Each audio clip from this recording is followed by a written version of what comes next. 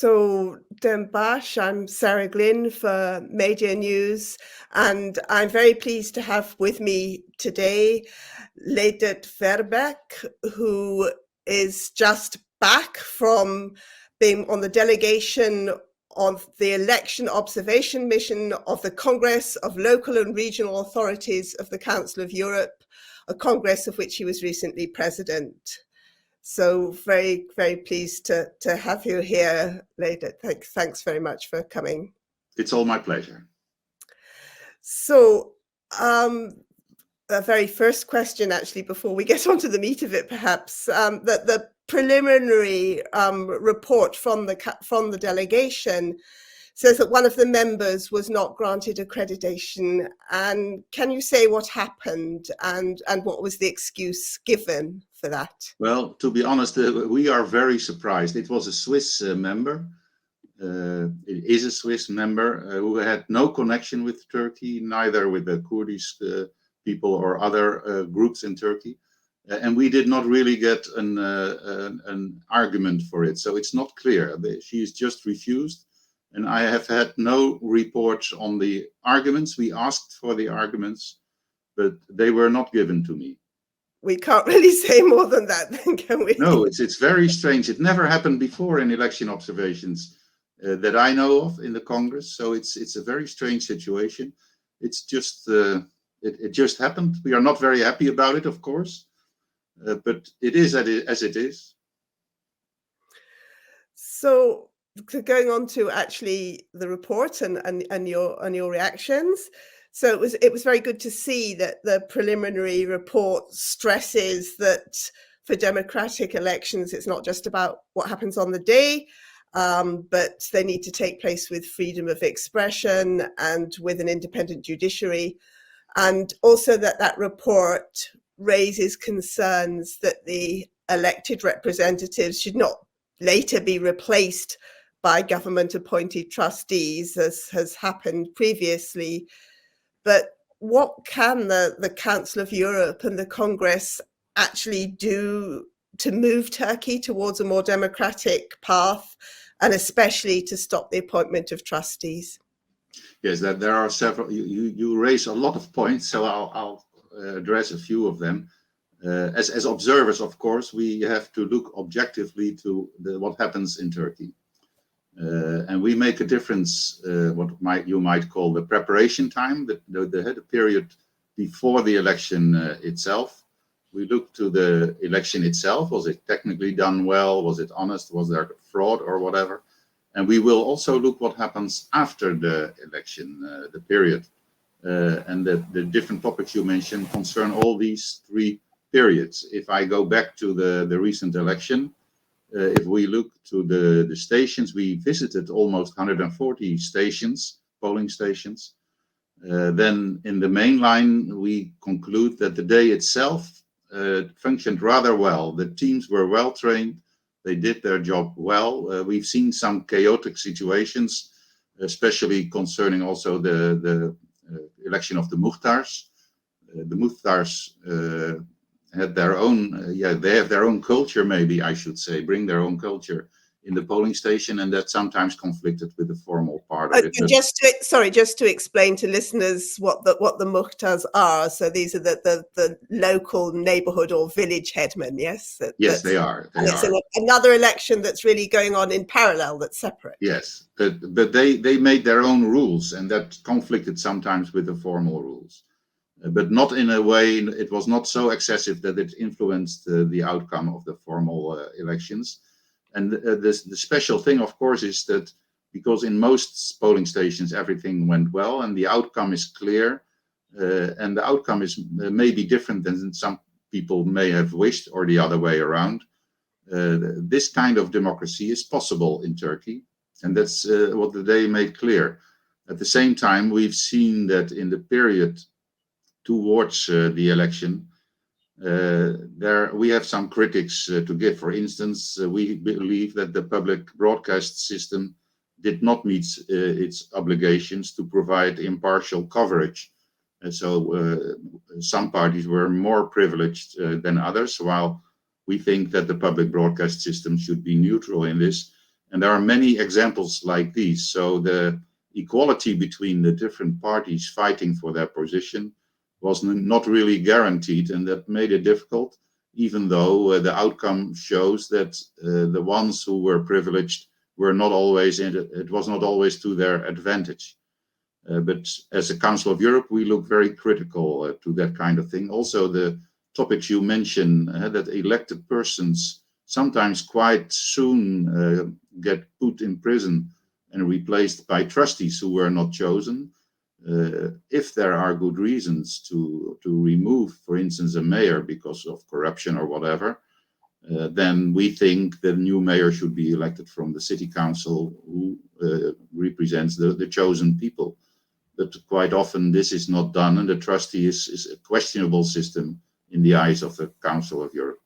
A very specific question, actually, of something that happened both before and on the day, and a specific question from the Dem Party, the pro-Kurdish leftist Dem Party. Mm-hmm. So the Dem Party warned beforehand that voting lists in key Kurdish majority areas had been packed with thousands of soldiers from outside these areas, and they put together a document which I think was sent to the Congress, to members of the Congress. Yes, I have received that document. I've read it. So we put extra attention on the voters' lists to see if we could find any evidence of this accusation. And it's maybe good to explain. I visited myself the region of Diyarbakir, which I know quite well. I've been there 3-4 times before. So what we did is, when we visited the polling stations, and as you probably know, most polling stations are housed in the schools. So you have situations, there's not only one voting station in a school, but sometimes 8, 9, or 10 of them. And what we did is we visited 1 or 2 polling stations thoroughly. So we stayed there for about 25-30 minutes and looked at the way things were going.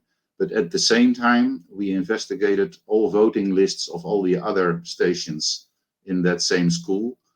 So formally, we have visited 10 voting stations with a bit longer of time, but we have investigated the voting lists. I think, I didn't count it exactly, but about 25 to 30 stations altogether. And we have not found any evidence of this. So all the voting lists had few people on the addresses. And were not large numbers of people on the same address, which was the accusation, which doesn't mean it's not true, but we have not found it. And I have had no reports from other councillors who also looked at the voting lists. We have not found voting lists with this kind of problem. Because they were quite specific on addresses, actually, that of the voting lists are very clear. It's a list of the name of the people and where they live. Yeah, and these lists are public, hanging on the walls, so you can check them.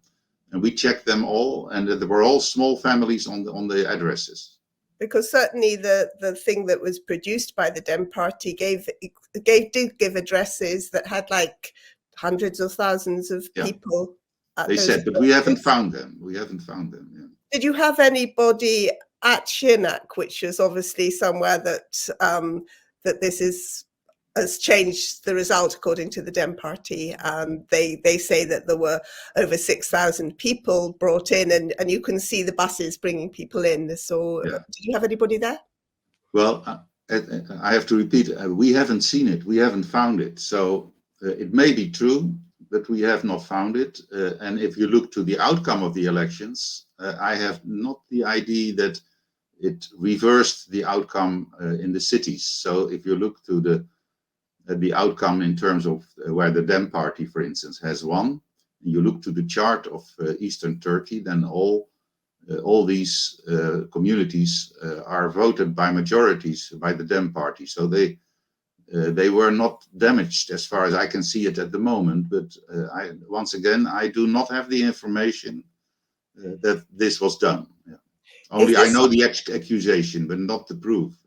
Is this something that you will look at further? I mean, I mentioned Siernak because that is somewhere that people believe was did Well, what reverse we the result. do, as I said, we do not only look to the period before the elections and the elections itself, we also look to the period after the elections. And this might concern also this matter, but then we have to find proof. But we will also look if the elected persons are in reality also installed into their positions. Those who are elected mayor should become mayor and not mayor of a prison. So we'll have to see. And that, of course, was something that happened immediately after the last elections, that We've some seen were. this happening before. I visited myself mayors in prison, in Diyarbakir also, in the recent years. So we know this happened. I also talked to the trustee at that time in Diyarbakir, and we know how it functions. And this has not much to do with democracy, I believe. No. Because it's not just the trustee, is it? It's the council as well. Yeah. Yeah. And you said a little bit about the election, the Maktas, and the problems with that, but there was actually in one place, a small place in Diyarbakir, that there was a murder. There was a fight, I'm and informed. somebody was shot, and yes, that gave, of course, it gave some tension. What you see happening in the polling stations, but I think your listeners know quite well that the position of Mukhtar is very much wished. So you see the image of the position, the authority within the social authority within the community causes tensions between the different clans who obtains the position. And we saw that especially in the villages around Diyarbakir, because I was not only in the city, but about half of our visits was outside in the villages. And I got strongly the impression, although I'm not sure, but I got strongly the impression most people came for the election of the Mukhtar and not so much for the other elections. Many people spoke about it like that too, but again, the election of the Mukhtars is not really regulated. So they handed out their own ballow versions, the papers that they had to put in. And this went quite chaotic. So we saw them acting sometimes even a bit aggressive. And I was informed about the shooting in a polling station nearby. It was not our station where we were, but it was not too far away. But they informed me this in reality had nothing to do with the political things between the political parties, but it was a fight between clans who really wanted to have that position, and they fought each other, and it ended up in this battle. It was more a social thing between the clans than it had to do with elections itself. So we decided also to continue our work. We didn't stop because of that, although it's always sad. About personal power in the region and what can be done. And those who know the Kurdish culture, it's of course it's sad things like this happen, but it's understandable. And perhaps they deliberately put the voting on the same day to increase the turnout. Yeah, it's very possible. It's very possible. I don't know. I don't know the reasoning for that. No. But I think myself, but I don't know if that's if you can execute something like that. But it would be wise if the government would organize some rules on this kind of elections, because I had the impression people invent their own rules to their own benefit. That's not wise to do in an election. It should be neutral. And I was wondering, I don't know if you personally have been on previous delegations, but I know obviously that the Congress has sent people. And I was wondering how this occasion compared with previous occasions, with 2019, and if any of the recommendations that were made following that last occasion have been acted on. Yes. As I said, I've been there several times before in Diyarbakir. The staff in the hotel recognized me. That was kind of interesting. At that time, I had the feeling there was much more pressure. You could feel that, experience that in the streets. And in my experience this time, the people were much more relaxed during the lunch period. We walked around a little bit in the city. I was at the old mosque in the old town. But people were quite calm, in my view. Of course, there was also the influence of the Ramadan. which was sometimes clear. People couldn't eat and drink, etc. And sometimes people were very rushing with accounting because, of course, they wanted to eat. I understand that. It didn't give me a negative feeling, while on other visits the tension was much higher. And the recommendations that you'd made last time, have they acted on any of those? Well, we'll have to look a bit more into that. I have the view that they still are valid. Okay. What can you say? Any of them that were particularly important of those? I already mentioned one which I find myself very important. For instance, a debate is necessary on the role of the press and the public broadcasting system. It's really important in a democracy that the press feels free to write whatever they want to write, also if somebody gets angry about it. But the press should be neutral. Now, in the discussions that we had with the authorities, there's also freedom of press, the authorities say. So if the press themselves choose to take sides in the debates, that's something that's allowed because of the freedom of expression, of course. But in my feeling, a journalist has also a responsibility to objectively inform their readers or their viewers. And we have the impression that lots of journalists abide by what the government wants them to do. At the same time, we see journalists ending up in prison, etc., if they take a different stand. So the liberty of journalists is limited. And in a democracy, it doesn't really function if you limit the freedom of speech of journalists in a way that also the objectivity, at least of the public broadcast system, should be guaranteed. And here we really have a problem. You probably know yourself.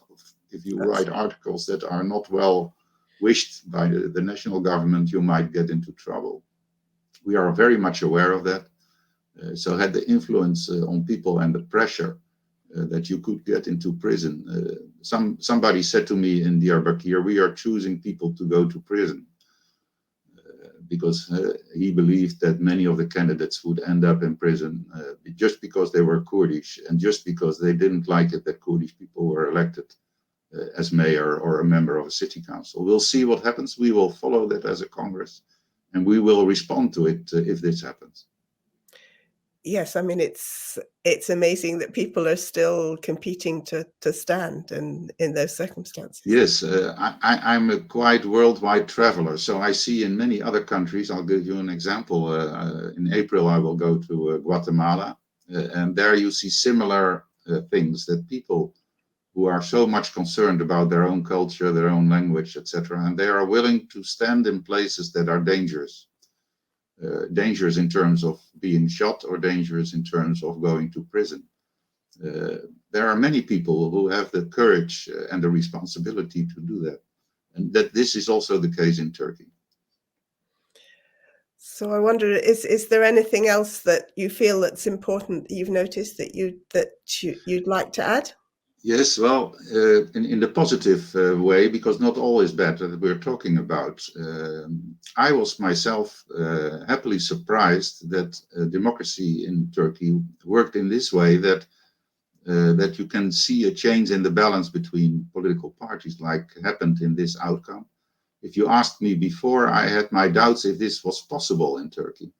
And the democracy has done its job. This is how democracy should work. If people are not satisfied, then they choose the parties that they believe may be better to do things. And at the same time, the party who is responsible gets challenged by this. Erdogan spoke about this himself.